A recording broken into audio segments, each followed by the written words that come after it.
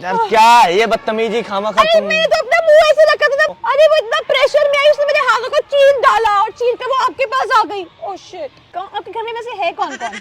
मेरे घर में मैं हूँ, मम्मा डैडी और सिस्टर है बस। अच्छा तो अब जैसे कि अच्छी ओह शिट। थोड़ा ना मैनर्स तो होने चाहिए आपके अंदर। अभी मेरी भी स्टडी चल रही है तो आपकी भी स्टडी और दोनों की स्टडी।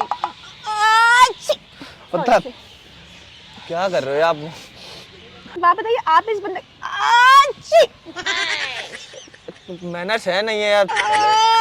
अच्छी ओह शिट। यार क्या है ये बदतमीजी खामखा तुम। अच्छी ओह शिट।